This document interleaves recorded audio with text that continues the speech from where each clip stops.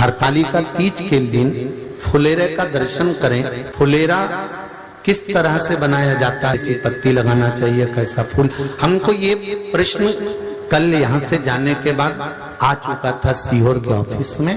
और उसके बाद हमने पंडितों को कहा था कि एक फुलेरा तैयार कर कर रखें और उस फुलेरे का दर्शन सभी को लाइव कराएं, जिससे घर पर या मंदिर में आप शिव जी की जब आराधना करें तो उसके ऊपर फुलेरा बंधा होना चाहिए। जैसे ये शिवलिंग आपने बनाया बालू रेत का, मिट्टी का, जो शिवलिंग का निर्माण करा है, उस शिवलिंग का निर्माण करने के बाद में आपके मध्य में जब आप शिवलिंग बनाते हो घर के अंदर हॉल में या मंदिर में, तो ऊपर कोई कुंडी वगैरह लगी हो, पंखा लगा हो, उस पे से रस्सी बांध कर लेकर आकर इस फुलेरे को इस तरह से शिव जी के ऊपर लटकाया जाता है। इसको फुलेरा कहते हैं। ये भगवान शंकर का अखंड सौभाग्य देने का फुलेरा होता है, जिसको माता पार्वती जी, उमा, कात्यायनी देवियों ने इसका स्मरण किया। एक गोल होता है,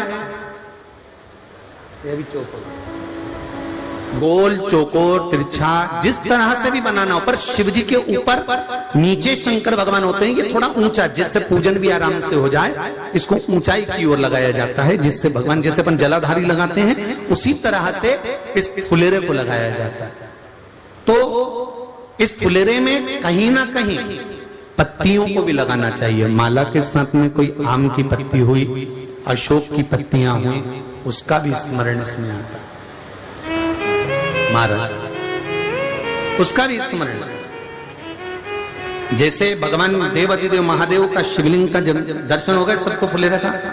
अरे जम के तो बोलो, हो गए ना? और जितने लोग आस्था पर सुन रहे हैं, जितने लोग फेसबुक यूट्यूब पर सुन रहे हैं, अगर आपके स्मरण में फुलेरा नहीं हो तो उसका दर्शन अवश्य करिएगा।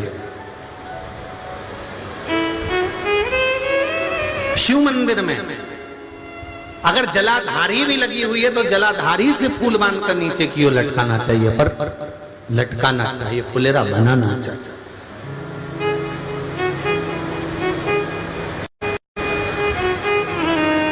सात फल हैं फुलेरा के। कितने फल हैं? 7। ध्यान दीजिएगा। पहला, फुलेरा जो नारी व्रत करती आती है और व्रत कर्म उसका चलता रहता है, उस व्रत कर्म के अंतर्गत मान लो किसी कारणवश बीमारी में, कोई गमी के अंतर, कोई सूतक सावड़ के अंतर्गत अगर नारी पूजन नहीं कर पाती है, पूजन नहीं कर पाई और उसने केवल फुलेरे का दर्शन ही कर लिया, अपने पलंग पर पड़ी पड़ी भी फुलेरे का दर्शन कर लिया है, तो नारी को हरतालिका तीज के व्रत का फल प्राप्त हो जाता है। 7 फल हैं भगवान शंकर के हरतालिका तीज के फुलेरे का। पहला फल व्रत का मूल। दूसरा, यदि कोई नारी आई और उसके संतान नहीं, 10 साल, 8 साल, 5 साल, 6 साल, 7 साल, 12 साल, 15 साल हो गए, उस फुलेरे का मात्र स्मरण कर कर एक पुष्प भी उसने अगर हल्दी कुंकू का लगाकर उस फुलेरे का टच कर कर भगवान शिव के पावन चरणों में रख दिया है और विनती कर कर गई है, तो अगला फुलेरा वो खुद बनवाती है, उसकी गोदी में संतान आ ही जाएगा।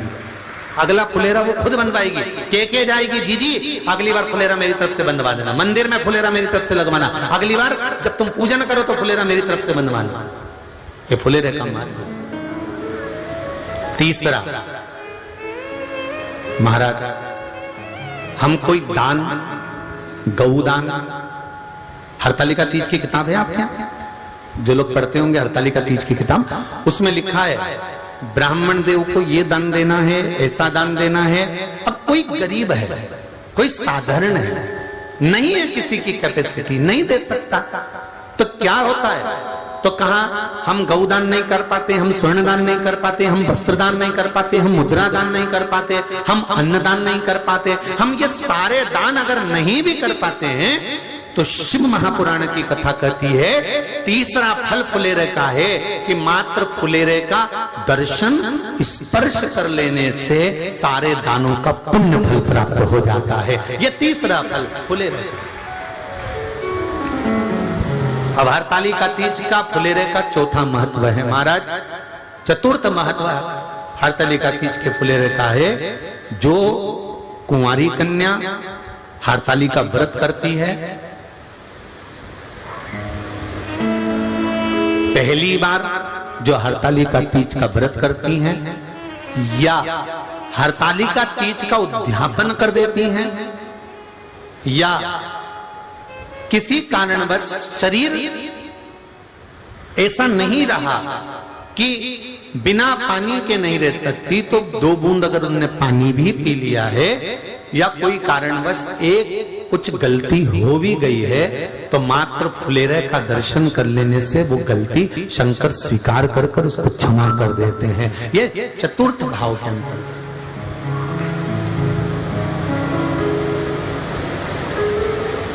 फुलेरे का अगला वर्णन करा गया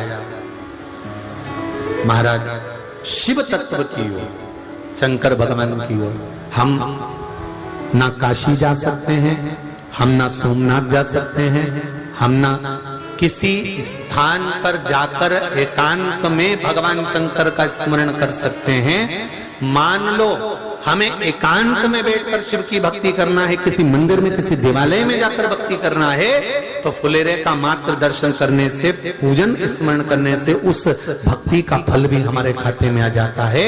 और फिर अगला आखिरी का जो वर्णन किया गया है वो कहा गया कि पार्वती मैया गुफा में जाकर भगवान का भजन करती थी, शिव का स्मरण करती थी और फिर अपनी सहेलियों के साथ बैठकर शंकर का स्मरण करा, जिसका फल पार्वती को मिला। तो कहा हम ना किसी गुफा में प्रवेश कर सकते हैं, ना हम किसी गुफा में या जंगल में जा सकते हैं।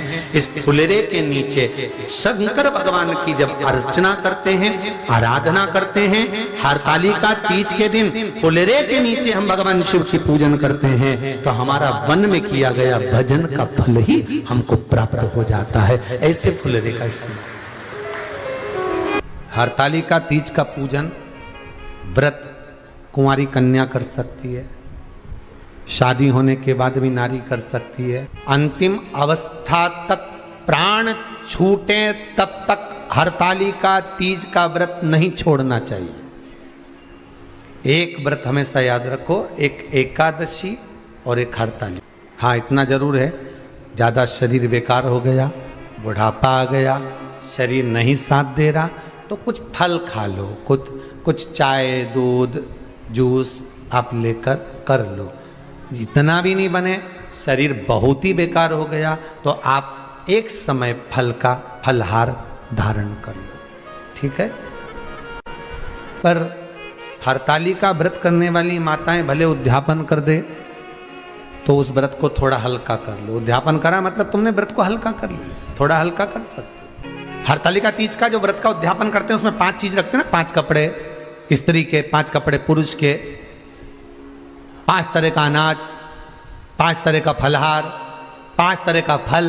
तो 5 तरह का जो फल रखाता है हरतालिका तीज के उद्यापन में, दुनिया के लोग उस 5 तरह के फल को केला गिन ले, पपीता गिन ले, मौसम्बी गिन ले और अनार गिन ले, संतरा गिन ले, सब कुछ गिन लेते हैं, पर उस 5 तरह के फल में धतूरे को नहीं गिनते। पर शिव कथा में वर्णन आता है, हरतालिका तीज के उद्यापन में लिखा हुआ है सबसे पहले 5 फल अगर गिनना है तो उसमें पहले धतूरे को गिनो, क्योंकि शंकर को वो प्रिय होता है, शंकर उसको स्वीकार कर लेता है। और धतूरा शंकर भगवान को क्यों चढ़ाया जाता है उसका प्रसंग आपको पहले भी कहा, आज फिर कहते हैं। धतूरा जब हम भगवान शंकर को समर्पित करते हैं तो हमारा कोई कार्य अटक रहा होता है, जिस कार्य को बार बार एग्जाम में बैठे हो, बार बार परेशान हो रहा है, बार बार इंटरव्यू देने जा रहे हो, नहीं हो रहा, एक बार धतूरे को हृदय से भगवान को प्रेम से, करुणा सागर मेरे शंकर को दिल से एक बार वो धतूरा भगवान से विनती कर कर उसको चढ़ाओ तो सही,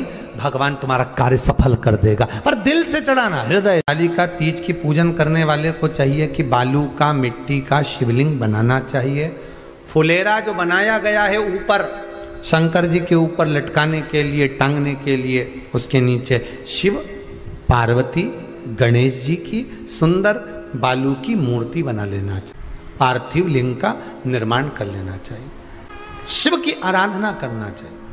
जो फल आपके पास में हो शंकर को समर्पित करना चाहिए, पूजन करना चाहिए, आराधना करो। सबसे पहली पूजन हरतालिका तीज की प्रदोष काल के अंतर्गत हो जाना चाहिए।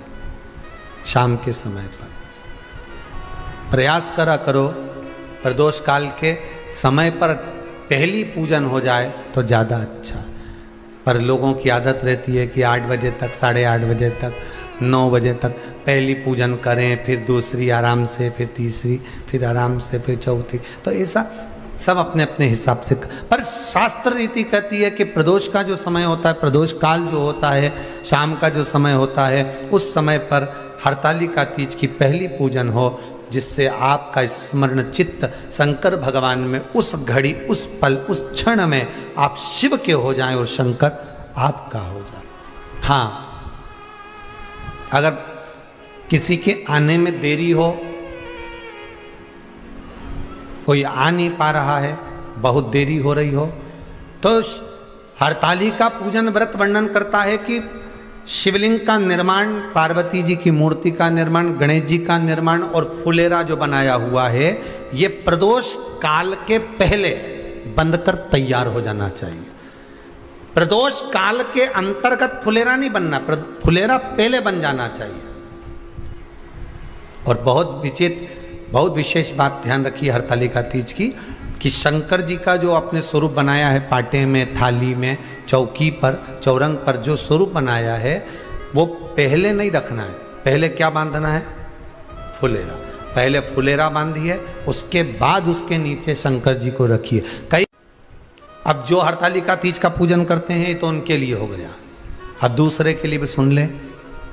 जो नारी हरतालिका तीज का पूजन नहीं करती, व्रत नहीं करती, साधना नहीं करती, उसके लिए भी कहा गया कि आप अगर ये व्रत नहीं करते हो तो एक कार्य जरूर करना, कहीं पर फुलेरा बंधा हो, हरतालिका की पूजन हो रही हो, 5 मिनट 10 मिनट निकालकर अपने आसपास के किसी पौधे में से पत्तियां लेकर या पुष्प लेकर, 5 वृक्ष की पत्ती या 5 वृक्ष के पुष्प लेकर शंकर भगवान को जब पूजन हो रही हो, 5 मिनट माताएं जब पूजन कर रही हों, तब आप भी उस पुष्प को, उस पत्तियों को शंकर को समर्पित कर सकते हो। ये नहीं चढ़ा सकते तो 5 फल नहीं चढ़ा सकते तो 5 कुछ भी पुष्प आदि का आप शिव को समर्पित कर।